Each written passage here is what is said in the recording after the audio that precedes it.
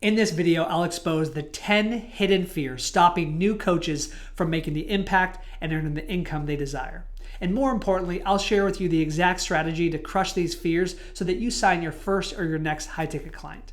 And make sure to stay until the end because the 10th fear almost no one talks about, and it's the most destructive of them all. So let's dive right in. Hidden fear number 1 is, who am I to coach others? This is known as the imposter syndrome. It's that limiting belief where you doubt whether you have the credibility or the authority to guide others despite your decades of experience. Now, I don't care how experienced a person is. It's wild. We coach a ton of very successful people in corporate America who have 10, 20, 30 years of experience. But despite all this experience, they show up in the process of building their business, and because it's new, because they're a new coach, they feel like they are a newbie when they're the furthest thing from a newbie. So really, you must recognize that you are already an expert. You have unique life experience and career experience. And what we want to do is we want to reverse engineer and unpack your expertise into a curriculum and into a coaching program that you feel confident on delivering. Sure, confidence does come as a result, not a requirement, but just by focusing on the right things, you'll find that the hidden fear of who am I to coach others starts to fade away. The second hidden fear is, what if I fail? It's the common and dreaded fear of failure, especially for those that have worked in jobs most of their life as employees. You see, in a job, you can fail, you can learn, you can course correct. In entrepreneurship, you are the product specifically with a coach. So all sorts of our baggage comes up with failure. You see, the fear of leaving a stable job and making money, right, enough money to replace their salary, keeps them stuck in analysis by paralysis. So the reframe that I want you to have while watching this video is to actually fail as fast as possible. Instead of avoiding failure, instead of dreading failure, welcome it. I can't tell you how many times I have failed over and over and over again in my business. I've launched something and it got crickets. I put something on social media and no one engaged. I made a bold offer and it was, let me think about it. Every time there was failing, but guess what? It wasn't a failure because I learned, because I extracted the lessons. And that's the mindset shift that I want you to break, is that employee mindset of you avoiding failure and staying within your comfort zone, and now starting to be courageous and leaping off that cliff of uncertainty so that you can face that fear of failure. The third hidden fear is, I'm not good at sales and marketing. This is one of the biggest fears and one of the most destructive limiting beliefs for coaches. It's where you believe that you lack the ability to sell or attract clients or effectively market your coaching business. And here's the truth about beliefs. If you hold on to this belief for dear life, it will become your reality. So if you keep telling yourself over and over again that you suck at sales and lead gen and you don't understand tech, then guess what? That's exactly what you're going to experience. But if instead you say, listen, I wasn't great at it, but I'm coachable and I'm smart and I'm driven and I'm open-minded and I'm going to do whatever it takes to learn these new skills, even if I don't have them yet. Notice how much more of an empowering belief that is and less of a fear. So we want to reframe that. The fourth hidden fear is, why would someone pay me for this? This is very closely connected to the imposter syndrome. It's where you struggle to see the true value of your expertise and your experience. And it leads you to hesitate when charging premium prices. It leads you to say, oh, I just need 5 more beta clients or pro bono clients or case study clients before I start charging. The problem with doing that is you're going to erode your confidence because you're starting to work with these clients for free or with hardly anything. They don't have any skin in the game. They're not going to prioritize it. They're not going to value it. So just recognize that that is a very common hidden fear that stops coaches. What we will do to move around that is, instead of charging nothing and giving your coaching for free, we'll charge an amount that you know with certainty that you can over-deliver on. It may not be your flagship prices of $5,000 or $10,000 that you want to charge. Maybe it's $1,000 or $3,000 or $5,000, something there that you just know, okay, cool, I can deliver on this. And then as you start coaching clients, your confidence builds because you start seeing the success stories. You start witnessing the results that they get from working with you. And that's the magic that happens that allows you to establish and expand your mindset to start commanding premium prices.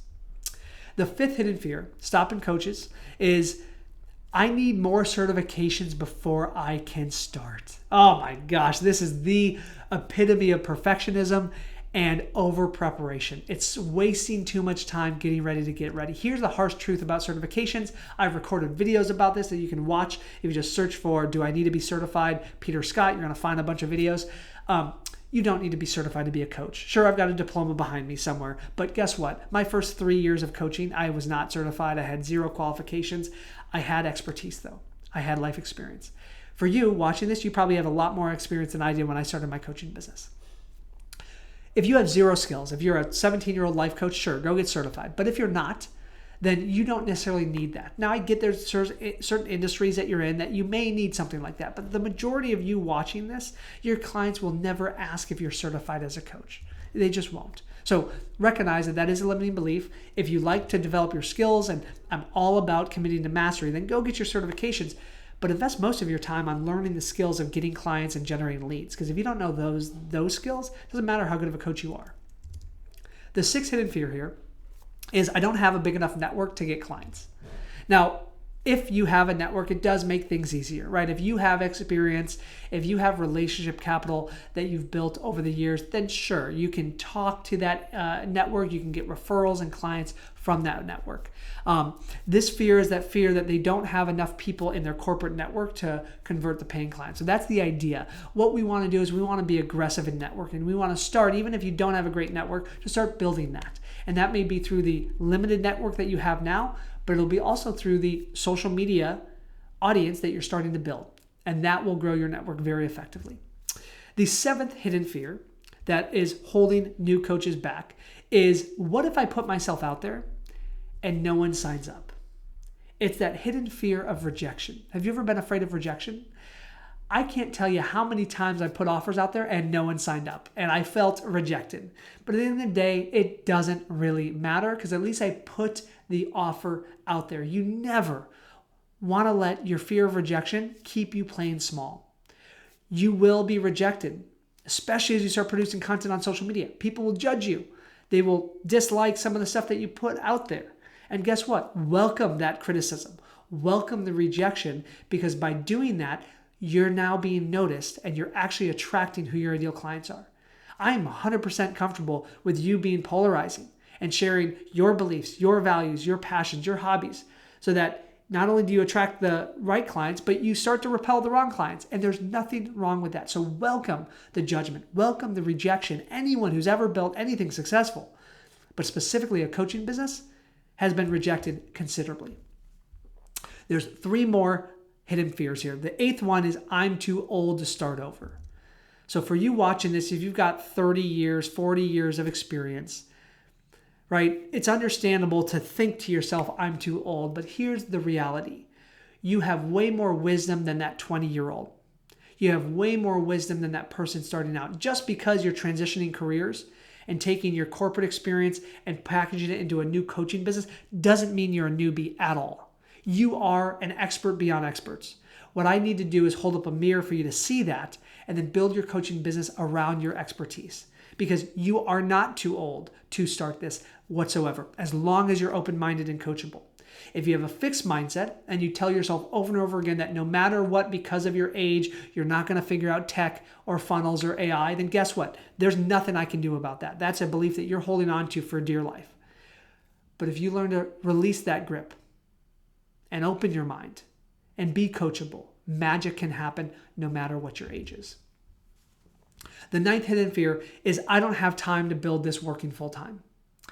I understand time is a constraint. I'm a married man I have a kid, I'm a father. There's a lot of commitments and responsibilities in my life.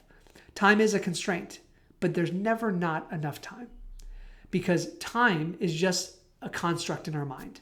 When you realign your values, when you get clear on what's most important to you, if this coaching business is one of your highest values, you're going to create the time no matter what. You're not going to find the time in a full schedule, but you're going to start saying no to other things so that you free up the time in the right way. I've got some incredible time management and energy management strategies that I take my clients through the first week of them joining Fearless Coach Academy that helps them free up 5 or 10 hours a week. So that could be a resource that if we work together could potentially help you. But just let that belief go of not having enough time, no matter how busy you are. The 10th and final hidden fear is, what will my colleagues, friends, and family think? This is the fear of judgment. It's that worry about how others will perceive you from stepping into coaching. Guess what? You're going to get judged, and there's nothing you can do about it. And the more that you play small and you hide, sure, you may avoid judgment, but you're also going to avoid recognition. And you're going to let an entire audience of people that would benefit from your coaching never know that you exist. And so my final invitation here is to just welcome the judgment, welcome the rejection, welcome the failure, welcome to entrepreneurship. It's part of the game. Do you have the guts to deal with it, right? So step into it and know that those things are there. Now, how do you release these fears? Well, the number one thing to do is not to pretend like they're not there. It's to actually envision the worst case scenario. Take a moment. I learned this technique from Tim Ferriss, who's a famous author, famous podcaster. It's called fear setting. In addition to setting your goals, which is important, start setting your fears. Take that one fear that you have. Maybe it's fear of judgment or fear of rejection. And I want you to envision painstakingly the worst case scenario and go as deep as possible of how bad this worst case scenario could be. And then ask yourself, is this true? What could I do to mitigate this? If this did happen, what could I do to improve it? And then ask yourself the most important question, and this is what erases every fear that you ever have. What is the cost of doing nothing? What is the cost of letting another year, another 5 years, another 10 or 20 years go by where you postpone this vision and this dream that you have and you play small within your comfort zone? How will you feel as you approach the end of your life? That's the question that I want you to ask, because that takes the fears that you have, it makes them so insignificant and small, and it skyrockets your courage to move forward. Now that you know these fears, which one of these is holding you back the most? Drop me a comment below so I know and so others know that they're not alone. Now, before I wrap up this video, as I always do, the majority of you watching this aren't subscribed to this channel, so go ahead and smash the subscribe button right now so that you never miss a future video. And make sure, once you've subscribed, to check out my free online course. It's newly released. It teaches you exactly, step by step, these 7 steps of how to launch a profitable coaching business and enroll your first or your next paying client in the next 30 days. Click up here in the corner, watch that course, and I will see you in the next video.